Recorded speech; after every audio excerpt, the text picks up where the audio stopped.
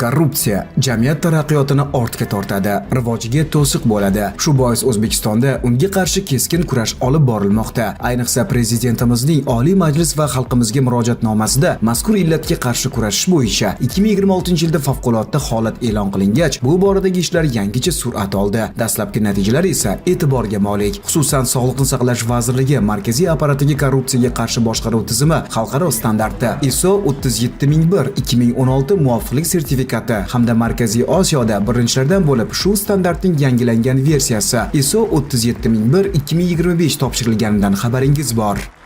Markaziy apparatda korrupsiyaga qarshi kurash yo'nalishining andozasi asosida keyingi vaqtda vazirlikning tizim tashkilotlarida ham ushbu yo'nalishdagi ishlar fundamental tashkil qilinmoqda. Xususan, Sog'liqni saqlash vazirligining tizim tashkilotlaridan biri sifatida e'tirof etiladigan farmatsevtika mahsulotlarining xavfsizligi markazi ham aynan o'z faoliyatida ilk marotaba korrupsiyaga qarshi boshqaruv menejmenti ISO 37001 sertifikati bilan qo'lga kiritdi. Biz o'ylaymizki, sog'liqni saqlash yo'nalishida keyingi vaqtda korrupsiyani oldini olish yo'nalishida amalga oshirilayotgan ishlar izchil davom ettiriladi, birlamchi bo'g'ingacha tushiladi va bunda o'sha aholini qiynayotgan muammolar yoki bo'lmasa maishiy korrupsiyaga sabab bo'layotgan holatlar bosqichma-bosqich to'liq bartaraf etiladi. Yaqinda farmatsevtika mahsulotlari xavfsizligi markazi ISO 37001 xalqaro standarti bo'yicha sertifikatni qo'lga kiritgan mamlakatimizdagi ikkinchi muassasaga aylandi. Sertifikatlashtirish CERT Group xalqaro jamiyati tomonidan amalga oshirildi. Центр была проведена огромная работа. Markazda korrupsiyaga qarshi boshqaruv tizimini joriy etish uchun hujjatlar va barcha zarur mexanizmlarni ishlab chiqish bo'yicha salmoqli ishlar amalga oshirilganiga guvoh bo'ldik. Bu natijalarga 6 oy davomida erishilgani diqqatga sazovor. Shu bois muassasaga sertifikat topshirildi. O'ylaymizki, korrupsiyaga qarshi kurash bo'yicha yo'lga qo'yilgan tizim endilikda nafaqat tashkilot ichida samarali boshqaruvni ta'minlashda, balki aholi, jamiyat, biznes vakillari va xorijiy investorlarning unga bo'lgan ishonchini oshirishda ham qo'l keladi.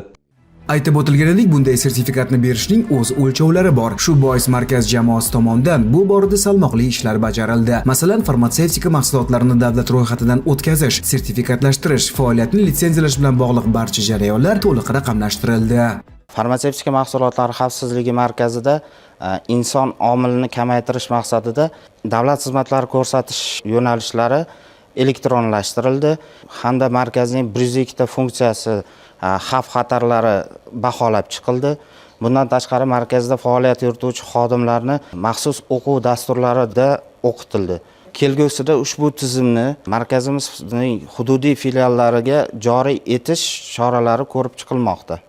Bu hali hammasi emas. Muassasada kadrlar salohiyatini oshirish ham doimiy e'tiborda. Shu maqsadda 300 nafardan ortiq xodimlar maxsus o'quv dasturlari asosida tayyorgarlikdan o'tkazildi. Qolaversa, korrupsiyaviy xavf-xatarni baholash chuqur tahlil qilindi. Ya'ni 102 funksiya o'rganildi va 9 tasi yuqori, 3 tasi esa o'rta darajadagi xavf toifasiga kiritildi hamda ularni bartaraf etish bo'yicha aniq choralar ishlab chiqildi. Umuman amalga oshirilgan chora-tadbirlar natijasida farmatsevtika mahsulotlari xavfsizligi markazi faoliyatida shaffoflik, qonuniylik va hisobdorlik ta'minlanmoqda. Korrupsiyaviy xavf-xatarlar sezilarli darajada kamayishga erishilmoqda. Albatta, bu yutuq jamoa a'zolarini yangi marralar sari ilhomlantirishi shubhasiz.